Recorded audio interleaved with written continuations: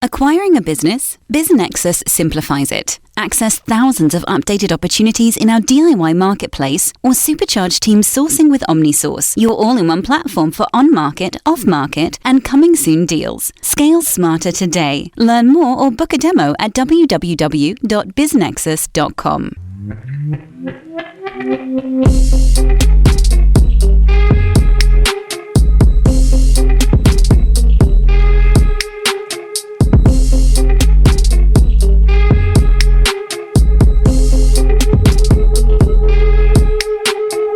Disclaimer from the always present legal team. Podcast conversations don't necessarily reflect the views of BizNexus Incorporated. Everything you hear is informational news and updates from around the industry. We're not recommending any investments. We're not offering any investment advice. Be sure to do your own homework.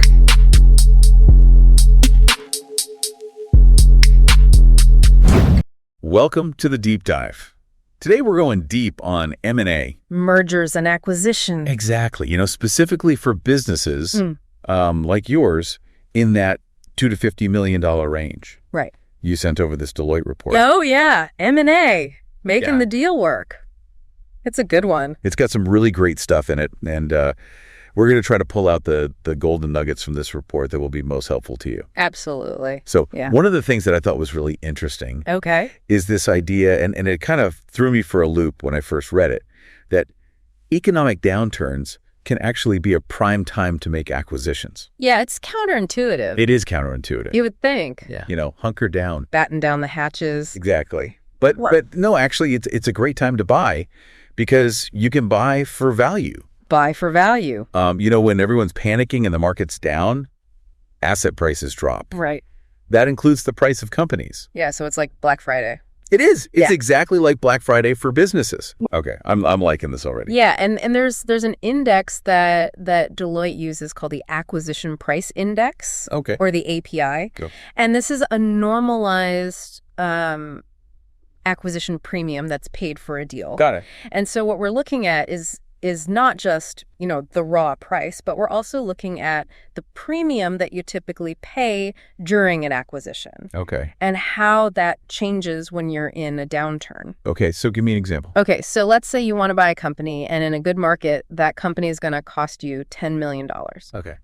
And you're looking at a premium of, let's say, 20% on top of that price tag. Okay. So that brings you to $12 million. $12 million, okay. Now we enter into a downturn. The market values are lower. Right. And so now that premium is going to go down. Right. Let's say it goes down to 10%. Okay. Now you're only paying $11 million for that same company. So I've saved $1 million just by waiting for the right time. Wow. Okay. And then on top of that, the report also talked about how financing is more favorable during a downturn. Exactly. Because the Fed typically lowers interest rates during a downturn to try to stimulate the economy. Okay. So what that means is if you're taking out a loan to finance this acquisition, right, your interest rate's going to be lower. Okay. So how much lower are we talking? Like, give me a for instance. So over the past 9 recessions, the effective Fed funds rate has decreased by an average of 390 basis points. Okay, that sounds like a lot, but I don't even know what that means in real terms. So let's say before the downturn, interest rates are 7%. Okay. That 390 basis points could bring it down to like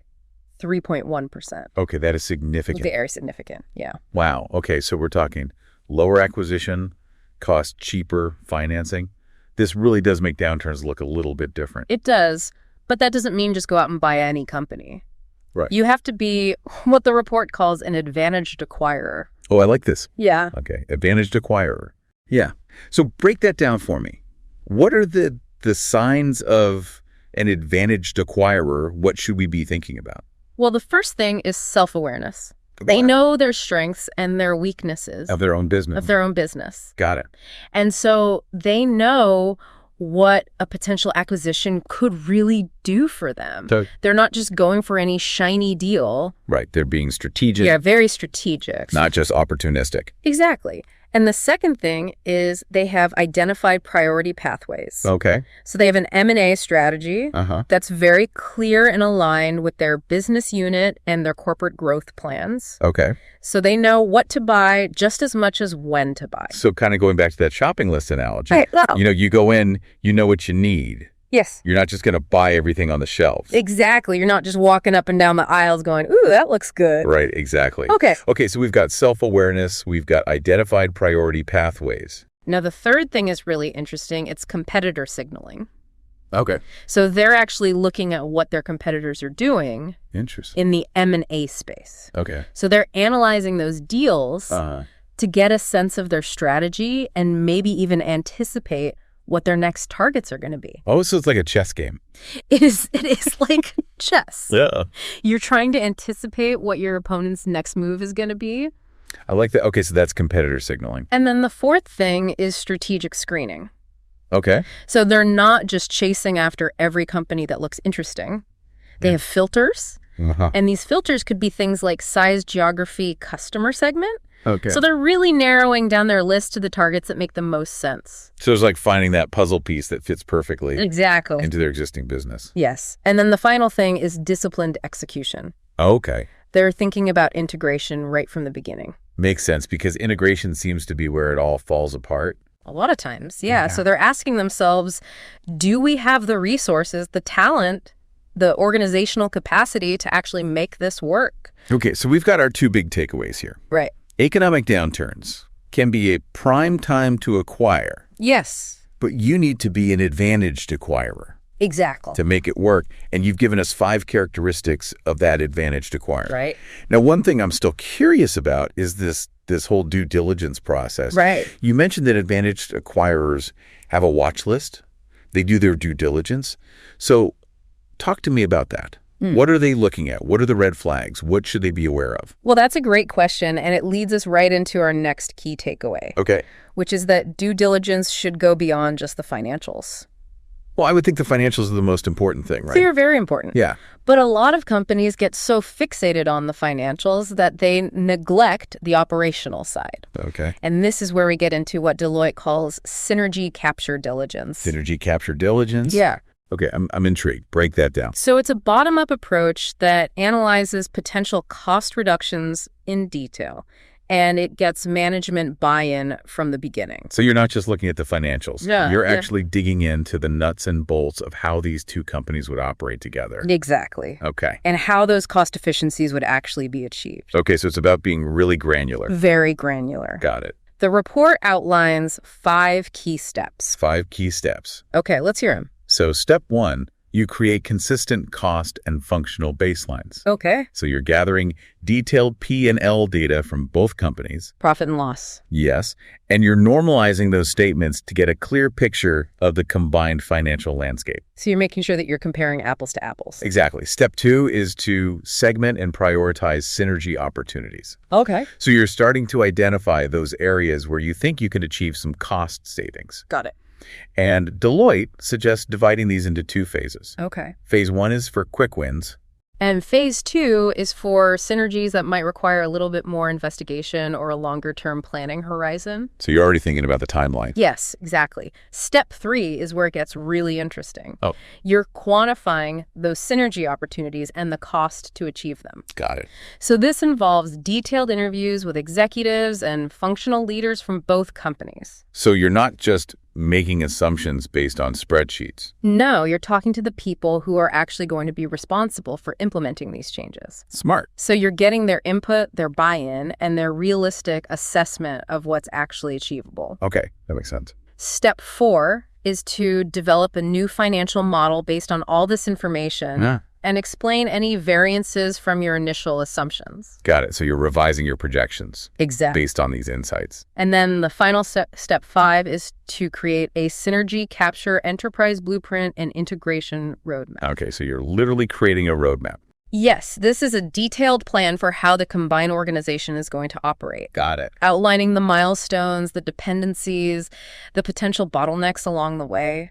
This is really interesting because it sounds like a lot of times companies kind of go into these acquisitions with blinders on and hope for the best, and then it all falls apart. Exactly. And that's where this synergy capture diligence can really make a difference. Right, because you're thinking through all of these potential issues up front. Exactly. And creating a plan to address them. It minimizes those post-merger surprises.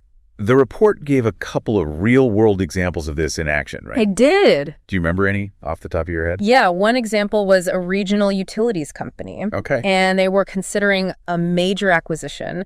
And through this bottom-up analysis, they were able to identify 50% more incremental synergies than their initial top-down estimate. Wow. Yeah. So They significantly underestimated their cost-saving potential until they went through this granular diligence process. Wow. Okay. So they left a lot of money on the table. Essentially, yes. By not doing this kind of diligence. Yeah. Were there any other examples? Yeah, there was a life sciences company that was acquiring a target twice their size. Wow, okay.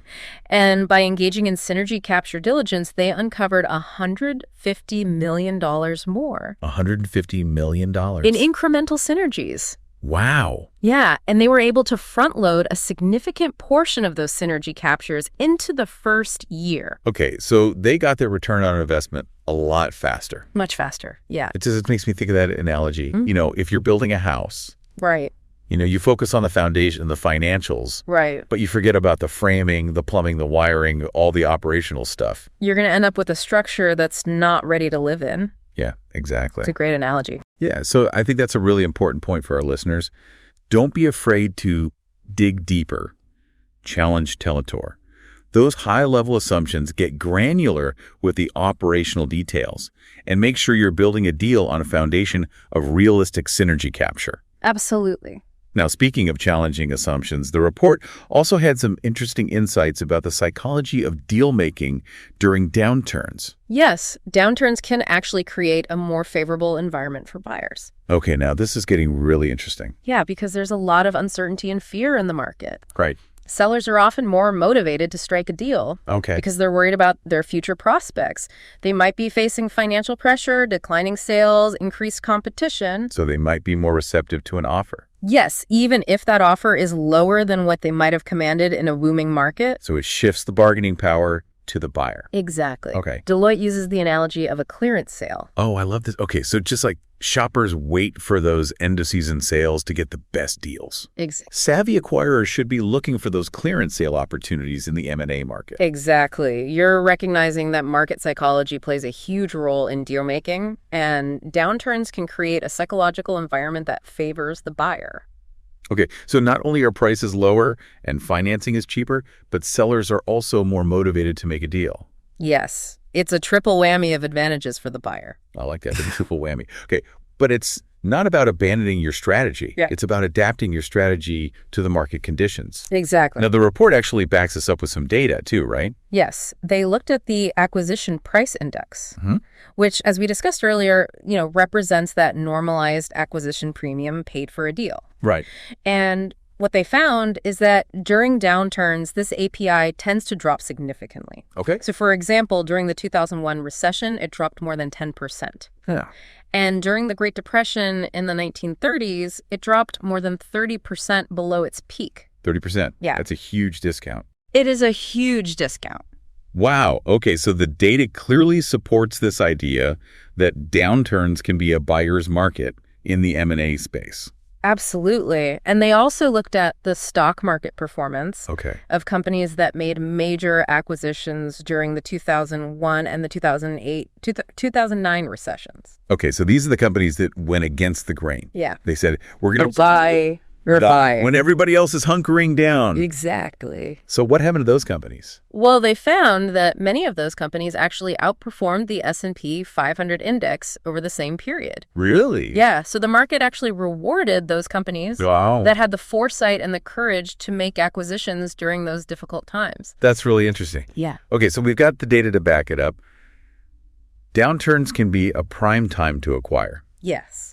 But you need to be strategic and disciplined in your approach. Absolutely. Sensing a theme here. Yeah. Now, to illustrate this point, the report actually dives into some specific examples of how companies across different industries have successfully capitalized on downturns through M&A. Yes. They highlight 3 industries in particular: mining, automotive, and industrial products. Okay. And in each case, they showcase how companies have used M&A to not just survive downturns, but to thrive and emerge even stronger. Okay, well, let's start with mining. Okay. What's the story there? What happened? So the mining industry is very cyclical. Right. It's heavily influenced by global commodity prices, Uh-huh. which tend to fluctuate They do. wildly. And in recent years, we've seen a significant downturn in the mining sector, Okay. driven by factors like weaker global demand, particularly from China, and stricter environmental regulations. Right. So this downturn created a challenging environment for mining companies. It did, especially the smaller players who might not have the same financial resources or operational flexibility as the larger ones. So how did M&A play into this? Well, this downturn created a window of opportunity for the larger cash-rich mining companies to acquire those struggling smaller players at a discount. So it's survival of the fittest. It is a bit of a survival of the fittest scenario. Right. The strong get stronger. Exactly. And they're consolidating the industry and positioning themselves for future growth. When the market recovers. Exactly. What kind of specific examples did the report mention? So they pointed to the trend of larger mining companies acquiring smaller ones that are struggling to stay profitable as commodity prices fall. They also highlighted how some mining equipment manufacturers are forming alliances with suppliers to offer a full portfolio of parts and services to their customers globally. So they're leveraging their scale and their relationships. Exactly, to provide a more comprehensive and competitive offering. Got it. Okay. So it's a mix of acquisitions and strategic partnerships. Yes. All aimed at kind of consolidating their positions and expanding their reach. Exactly. Okay, what about the automotive industry? So the automotive industry has been experiencing a period of tremendous growth and profitability in recent years. But a decade ago. A decade ago, during the 2008-2009 financial crisis, the automotive industry was in a state of paralysis. Right. Many companies were forced to make drastic cuts, and some even faced bankruptcy. Yeah, it was a really tough time for the industry. It was. So how did they come back so strongly? Well, M&A definitely played a role. Okay. The report highlights how many automotive suppliers and OEMs, original equipment manufacturers. Yes, that had aggressively cut costs during the downturn, actually started consolidating to bolster their competitive advantages and leverage global platforms.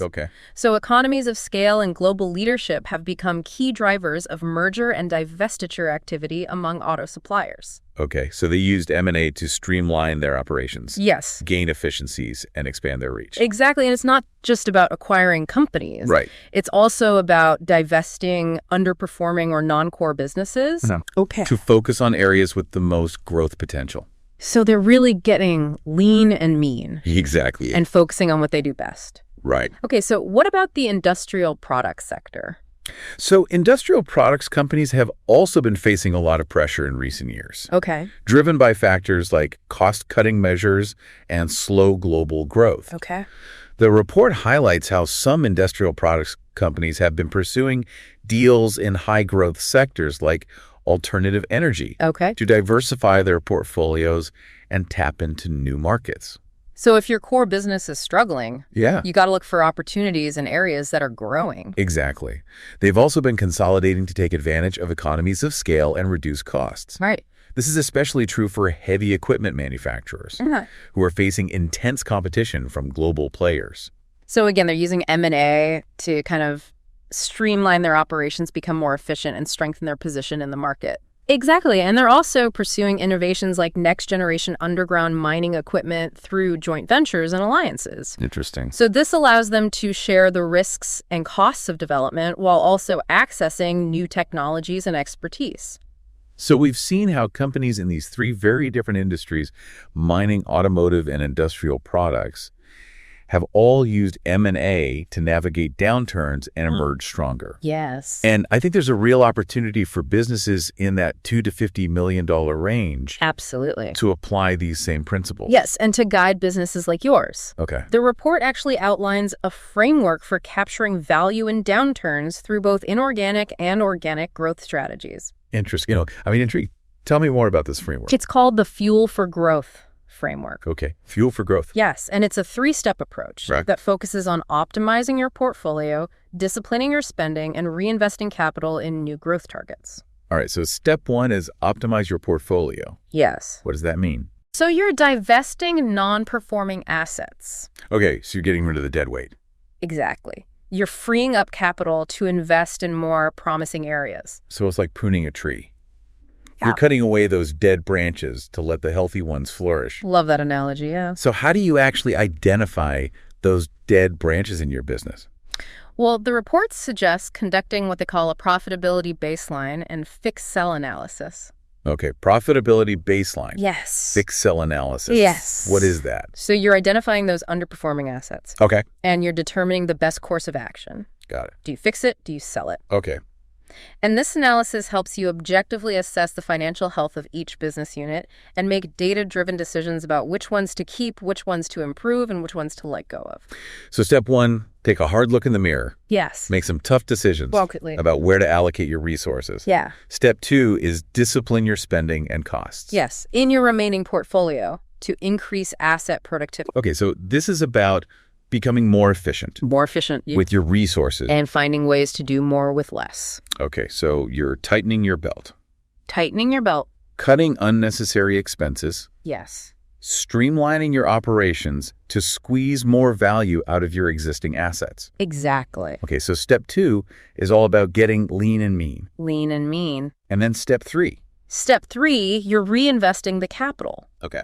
That you freed up from steps 1 and 2. Got it. Into new growth targets, leveraging the lower prices typically seen during a downturn. Okay, so you're taking all that hard-earned money. Yes. And you're using it to acquire new businesses or invest in new opportunities that can drive future growth. Exactly. And remember, downturns can be a particularly good time to do this because asset prices are typically lower. Right. You get more bang for your buck. Exactly. Now, we've been talking a lot about inorganic growth through acquisitions. Right. But the report also mentions organic growth strategies. Right. Absolutely. Organic growth, which involves expanding your existing business operations, can also be a powerful way to capture value during downturns.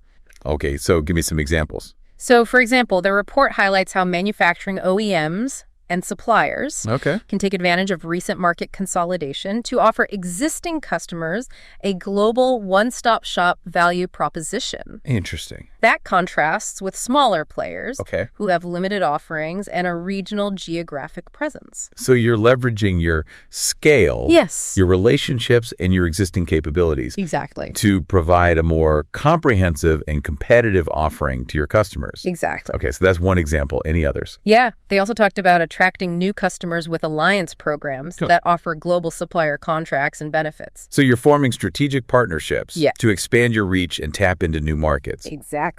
So we've got these two complementary approaches. Inorganic growth through M&A, organic growth through internal expansion and strategic alliances. Right. And it seems like the key takeaway here is that downturns don't have to be a time of retrenchment and stagnation. Yeah. They can be a time of opportunity for growth and transformation. Yes. But you need to be proactive. And strategic. And strategic in your approach. Well, I think we've covered a lot of ground today, from the counterintuitive idea that downturns can be a prime time to acquire, to the importance of becoming an advantaged acquirer, to the crucial role of synergy, captured diligence in ensuring a successful integration. Absolutely. And I think there's a real opportunity for businesses like ours to not just survive this current economic uncertainty, but to actually thrive and emerge even stronger. I agree. Downturns can be daunting, but they also present unique opportunities. Absolutely. Now, before we wrap up this part of our deep dives, I know our listeners are always eager for those actionable takeaways. So what are 3 key things that they can do to apply these insights to their own businesses? So number 1, challenge your assumptions. Don't automatically shy away from M&A during downturns. The data and case studies we've explored clearly show that there can be significant upside potential. Right. But you need to be strategic and disciplined in your approach. Number 2. Develop a clear M&A strategy. Got it. Define your criteria.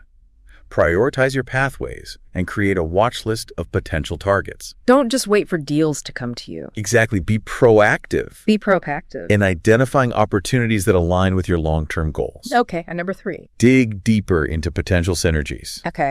Go beyond high-level assumptions. Get granular with your operational due diligence. Use that synergy capture diligence framework we discussed to identify and quantify those cost-saving opportunities and make sure you have a solid plan to execute on them. Excellent advice. Thank you. So listeners, remember, downturns can be a time of great opportunity. Yes. But you need to be prepared to seize those opportunities. Challenge your assumptions. Develop a clear strategy and dig deep into those potential synergies. I agree. And join us next time as we continue our deep dive into M&A strategies for businesses like yours. Sounds good. Welcome back to the Deep Dive. Last time we were talking about how downturns can actually be a prime time to acquire other businesses, especially for those in the $2 to $50 million range. Right. We talked about how, economic conditions create some unique buying opportunities. But I think for a lot of our listeners, the question is, okay, that's interesting, but where do I even begin looking for these deals? Well, it's all about being strategic and knowing where to look. Okay. One smart strategy is to keep an eye on industries that are particularly sensitive to economic cycles. Okay. The ones that experience the most volatility during downturns. Okay. So which industries tend to be the most affected? Well, the report highlights a few like mining, energy, retail, and hospitality. Okay. These industries are heavily influenced by factors like consumer spending, commodity prices, global trade flows. Right. All of which get disrupted during economic downturns. Right. It makes sense that when people are tightening their belts, they're probably less likely to book that luxury vacation. Exactly. Or splurge on a new car. Right. Those big ticket purchases tend to be the first to go when the economy takes a dip. So let's say I've zeroed in on a couple of industries that look promising. What's the next step? How do I actually find those specific companies that might be good acquisition targets? Well, one approach is to start by looking at companies that are publicly traded. Okay. Their financial information is easy to find. You can get a quick sense of their performance and valuation. Right. And during a downturn, you might see some companies whose stock prices have taken a hit, even if their underlying business is still solid. So you're looking for those companies that might be temporarily undervalued by the market because of the overall economic gloom. Exactly. Kind of like those clearance sales we were talking about earlier. Exactly. It's a bit of contrarian thinking. You're going against the grain, looking for those diamonds in the rough that everyone else is overlooking. Interesting. Okay. Downturns can create a kind of herd mentality among investors. Yeah. Where everyone's selling off assets, even those that are still fundamentally sound.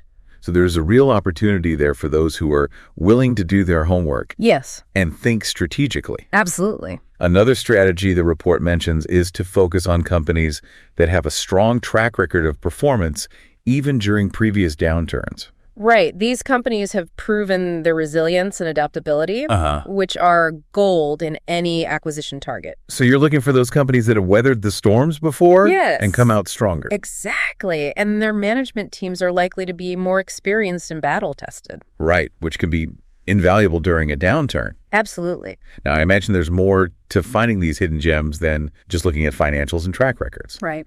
What about networking? Networking is absolutely crucial. Okay. Talk to your industry, contacts your advisors, your investors, anyone who might have insights into companies that are struggling or looking for a strategic partner. So you're leveraging your network, putting out feelers, seeing what opportunities might be out there under the radar. Exactly. And don't forget about industry conferences and trade shows. Even in a downturn, people are still making deals. And these events can be a hub for those conversations. Okay, so it's a chance to make connections, get a sense of the market sentiment, and maybe even hear about some opportunities that haven't been widely publicized. Precisely. It's all about being proactive and staying engaged in your industry, even when things are tough. Okay, so let's say I've identified a few potential targets. What's the next step? How do I actually approach them? Well, it requires sensitivity and tact. Okay. The first rule of thumb is to be respectful and discreet. Okay. Remember, these companies are likely going through a difficult time. Right. So you want to approach them as a potential partner, not a predator. Right. You're not swooping in like a vulture. Right. You're coming to them with a genuine desire to help them navigate these challenging times. Exactly. And it's crucial to do your homework before you reach out. Okay. Thoroughly research the target company, the financials, their operations, their market position. The more you know going in, the more credible you'll appear. So you're demonstrating that you're serious, that you understand their business, and that you're not just making a lowball offer out of the blue. Right. Okay. When you do reach out, be clear about your intentions. Okay. Explain why you're interested, how the combination could create value for both companies, and what your vision is for the future. So you're painting a clear picture of the potential benefits of a partnership. Exactly. Not just focusing on the financial aspects of the deal. Right. And be prepared to be flexible. Okay. Downturns often require creative deal structures and financing arrangements. Right. So be willing to explore different options and find solutions that work for both parties. So it might not be a traditional acquisition. It might not be, no. It could be a merger, a joint venture, some other type of strategic partnership. Exactly. Okay, so we've talked about how to find potential targets, how to approach them, and the importance of being respectful, discreet, and flexible. Right. What else should you keep in mind when making an acquisition during a downturn? Well, one thing is that due diligence becomes even more critical. Okay. You need to be extra thorough in your assessment of the target company's financial health, their operations, their customer relationships, their legal and regulatory compliance, everything. Right, because downturns can expose hidden weaknesses that might not be apparent in a booming market. Exactly. You're stress testing their business to make sure it can withstand the pressure.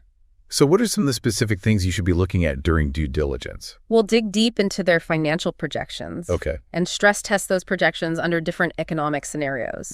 Make sure their assumptions are realistic and that they have a solid plan to navigate the downturn. Okay, so you're doing a worst-case scenario analysis to make sure they can survive even if things get even worse. Right. And what about their customer base? Okay. Yeah, that's a good point. How do you assess the loyalty of their customers during a downturn? You need to understand how their customers might behave when things get tough. Right. Are they likely to stick around, or will they start looking for cheaper alternatives? Yeah. Customer churn can be a killer during a downturn. If you're acquiring a company that's losing customers left and right, you're inheriting a problem, not a solution. Yeah, exactly. So you need to look beyond the financials and really understand the dynamics of their customer relationships. Absolutely. And another important consideration is culture. Culture. Okay. How well do the two companies' cultures align? Right. Are there any potential clashes that could create problems down the road? Yeah. Culture clashes can derail even the best-laid M&A plans. They can. And it's important to remember that downturns can amplify those differences as people become more stressed and anxious. Right. People tend to be more sensitive and on edge during tough times. Yeah. So cultural differences can become even more pronounced. Okay. So how do you assess cultural fit during due diligence? Well, do your homework on the target company's culture, their leadership style, their communication patterns, their values, everything that could impact the integration process. So due diligence is even more critical during a downturn. Absolutely. What about integration? Does that process change at all when you're acquiring a company during a challenging economic period? Integration is always a delicate process, but it can be especially tricky during a downturn. Okay. People are already stressed and uncertain, and the added disruption of an acquisition can really exacerbate those feelings. Right. So it's about being extra sensitive to the human element of the integration process. Exactly. So how do you approach integration in a way that minimizes disruption and anxiety? Communication is key. Okay. You need to communicate clearly and frequently throughout the process. Keep employees informed about what's happening, what the timeline is, and what the implications are for their roles and responsibilities. So you're minimizing uncertainty and anxiety by providing as much information as possible as early as possible. Transparency and openness are crucial. Absolutely. And be prepared to make tough decisions. Okay. Downturns often require restructuring and layoffs. Right. So be honest and transparent with employees about those decisions and provide them with the support they need to transition.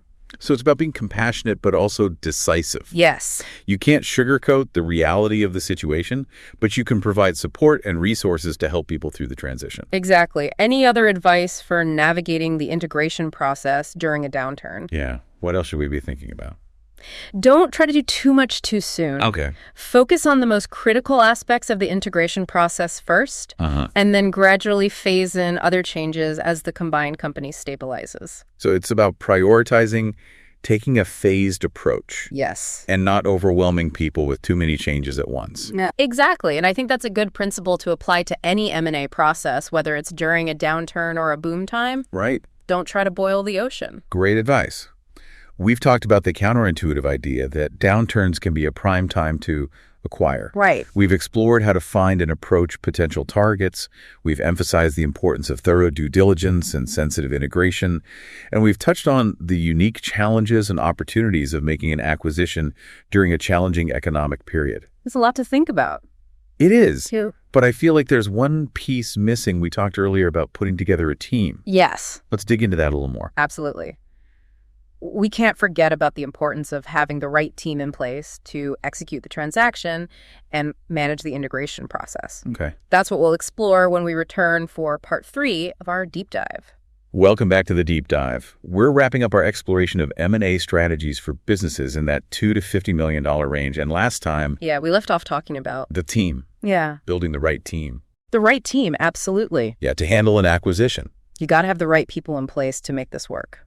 So let's talk about that team. Who are the key players that you need on your side when you're thinking about acquiring another business? Well, first and foremost, you need a strong internal team. Okay. That really understands your business, your goals, and your risk tolerance. Got it. This team should include people from key areas like finance operations, legal, HR. So you're saying M&A isn't just a finance function? No, it's a cross-functional initiative. Okay. It touches every part of your business. So you need to have those different perspectives. Exactly. And this internal team should be led by someone with strong leadership skills, a deep understanding of M&A, and the ability to manage complex projects. So somebody to kind of call the plays and make sure everyone is moving in the right direction. Exactly. Now, in addition to your internal team, you'll also need to assemble a team of external advisors who can provide specialized expertise in areas like valuation, due diligence, legal, tax.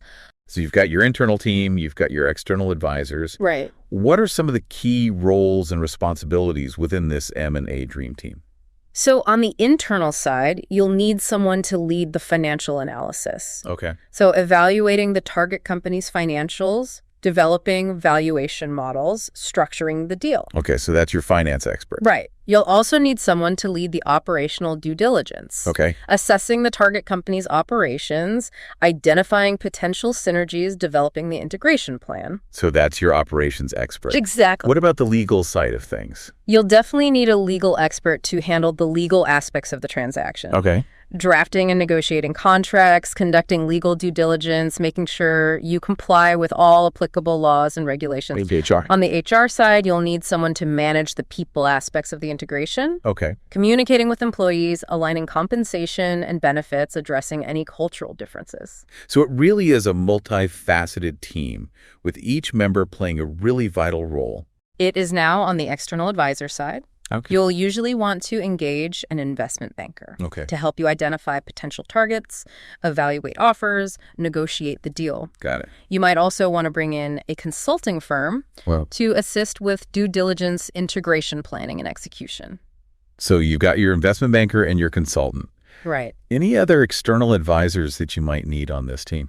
It depends on the specifics of the deal, but you might also need to engage specialized advisors such as tax advisors, environmental consultants, intellectual property lawyers. Okay, so building this team is about assembling the right mix of internal expertise and external support. Exactly. And remember, the size and composition of your team will depend on the size and complexity of the deal. Right. But regardless of the size, having the right team in place is critical for success. It's a team sport. It is. And that brings us to another really crucial element of M&A. What's that? Communication. Oh, yes. Communication is essential throughout the entire M&A process. Absolutely. Yeah. So let's break that down. Who are the key stakeholders you need to communicate with during an M&A transaction? Well, internally, you need to communicate with your employees, your managers, your board of directors, and potentially your shareholders, depending on the structure of the deal.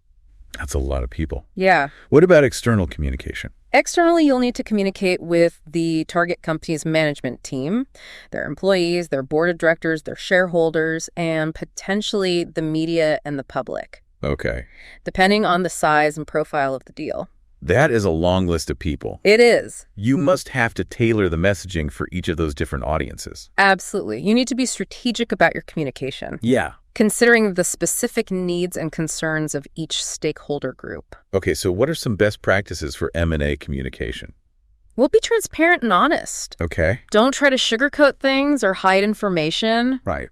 People can sense a cover-up, and it will erode trust and create anxiety. So better to be upfront and honest, even when it's not good news. Exactly. And be timely with your communication. Okay. Don't wait until the last minute to share important information. Right. Get ahead of the rumor mill. So be proactive in communicating key updates and milestones. Exactly. And be consistent in your messaging. Okay. Make sure everyone is on the same page and that the information being shared internally and externally is aligned. So consistent messaging is key. It is. And don't forget to be empathetic. Okay. Remember that M&A can be a very stressful time for everyone involved. Yeah, absolutely. So be sensitive to people's concerns and provide support to help them through the transition. Okay, so be transparent, be timely, be consistent, and be empathetic. Those are the 4 golden rules for effective M&A communication. I love that. Yeah. No, I think we've covered just about everything there is to know about M&A strategies for businesses like yours. We've explored some key concepts, from the importance of being opportunistic during downturns to the need for a solid integration plan to the crucial role of effective communication. And we've seen how companies across different industries have used M&A to not just survive challenging times, but to actually thrive and come out stronger on the other side. The key takeaway is that M&A can be a powerful tool for growth and transformation, but it's not easy. Right. It requires planning, execution, and adaptation. So if you're considering an acquisition, yes, do your homework. Yes. Assemble a strong team. Yes. And communicate effectively. Absolutely. And I think that's a great note to wrap up on. It is. Thanks for joining us on The Deep Dive. It's been a pleasure. And to our listeners, keep diving deep. Thinking of exiting your business or taking on a private equity partner to help you grow faster? BizNexus has you covered. Tap into our network of thousands of best-fit investors, acquirers, and proven M&A advisors, and we'll help you begin the relationship confidentially on your terms, your timeline. Learn more at biznexus.com.